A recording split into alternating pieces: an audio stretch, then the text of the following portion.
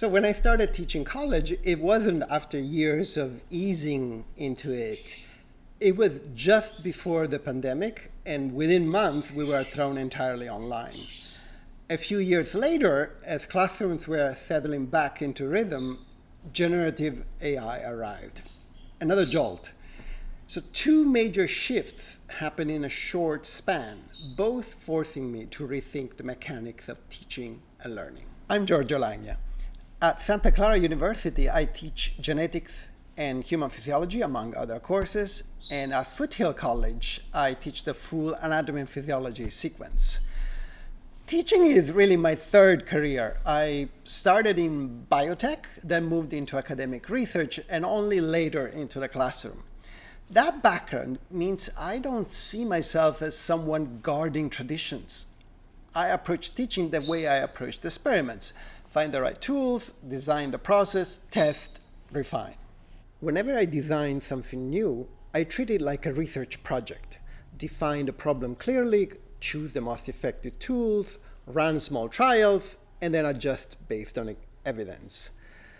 There's a line actually from Leonardo da Vinci that I return to.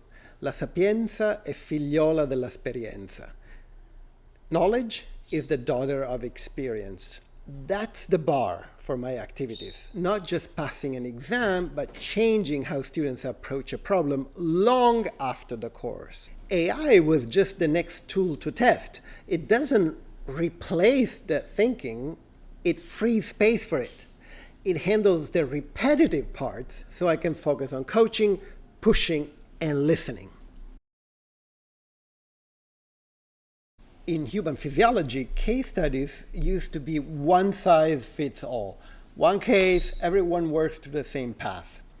With ChatGPT 4.0, I built 7 different branching medical cases, one per team, all running in parallel.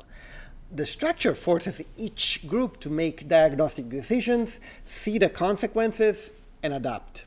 It's active, it's collaborative, and it's closer to how reasoning works in the field.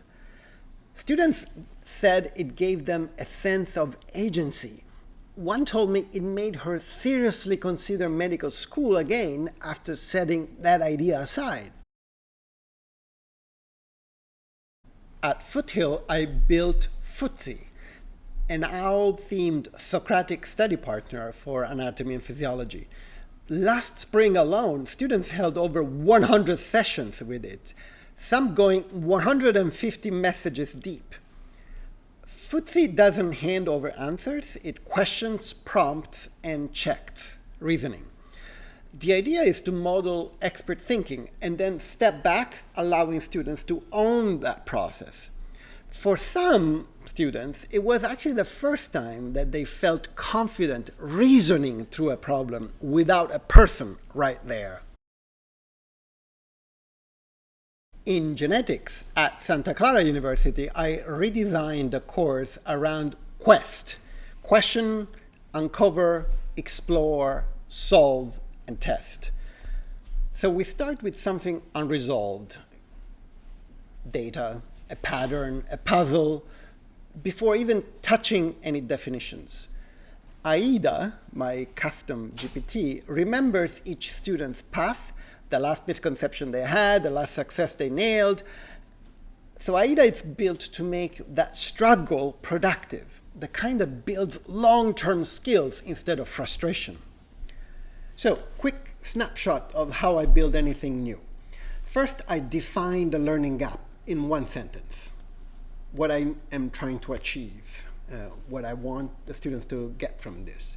Then I prototype with the best tool at hand, often ChatGPT, to draft the prompts or the flow or the rubrics, anything else that I need. Then I pilot with a small group or a single section, watch what actually happens, and then finally iterate. I can tighten the prompts or remove friction or just add enough scaffolding so the struggle stays productive. For the branching cases, my workflow is quite simple. I brainstorm differential diagnosis and key decision points with ChatGPT, then map the flow in a quick sketch with success and error states. Next, I encode the path in Google Forms with conditional logic. I write success or error microfeedback so students get an immediate signal, not just wrong.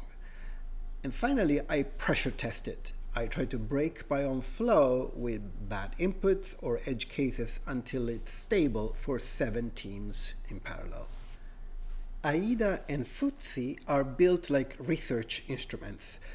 There's a persona, memory, and rules. The persona sets the voice and the scope.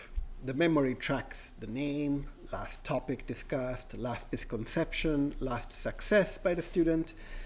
And the rules enforce the Socratic pattern. For example, one purposeful question at a time, no answer provided for work that will be graded, and stop if students ask for shortcuts.